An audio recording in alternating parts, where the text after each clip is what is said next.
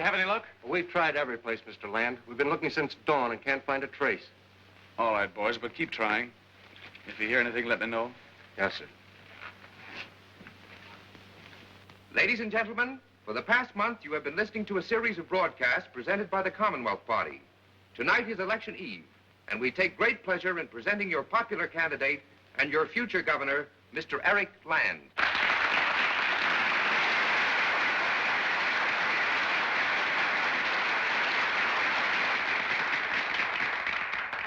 Thank you. Ladies and gentlemen, as you know, tonight's entertainment concludes our somewhat novel political campaign. A number of you, no doubt, have some intentions of voting for me tomorrow with the understandable but possibly thoughtless reason that I have brought you entertainment and not problems. As you remember, I have only promised you 4 things during my campaign. A short speech, a song after each speech, an effort to be honest, and an effort not to do anything that I need be ashamed of. I think I have fulfilled those promises. But if you vote for me tomorrow, you will be making the greatest mistake of your lives. I confess to you now that I accepted my nomination for purely selfish reasons. My only excuse being that, well, not for one moment did I ever think that my actual running for governor would be taken seriously. But if I have made one mistake, I shan't make 2. So I inform you now, ladies and gentlemen, that I am offered by the Commonwealth Party of this state as a figurehead, a dummy, a puppet who would be expected to use your money, your taxes, to reward those men whose sole purpose in selecting me was to enrich themselves, to fill their pockets with the rewards of graft and corruption. I have an agreement here that was just given to me by some very fine gentlemen. As to the provisions in the agreement, I might call your attention to the gentleman sitting over there, that front lower box. The one with the white gardenia in his lapel, Mr. Joe Maxwell.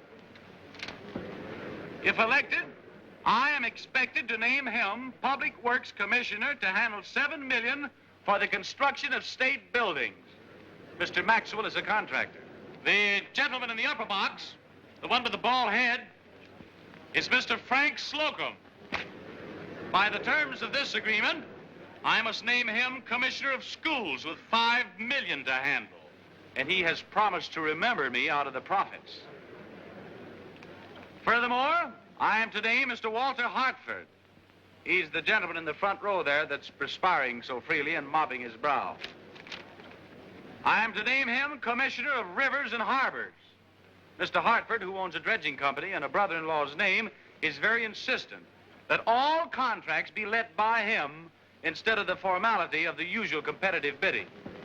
That is the agreement that I'm supposed to sign.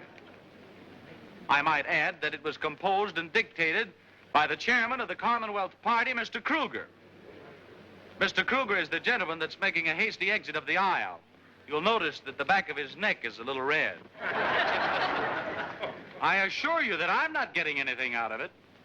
I've already lost the one thing that I want. So I urge you to go out tomorrow to the polls and vote for an honest man. My opponent, Governor Wildman. Now, well, I suppose you came here tonight to be entertained, and so if you still wish it, we'll go on with the show and I'll sing.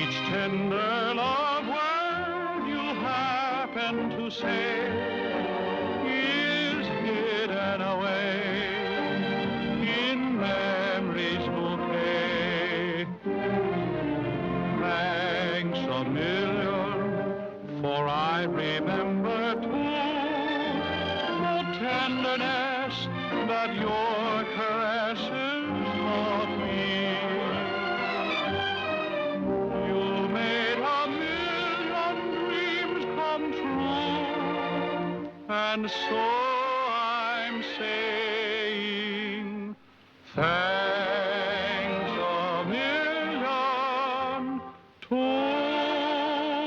you. Thanks a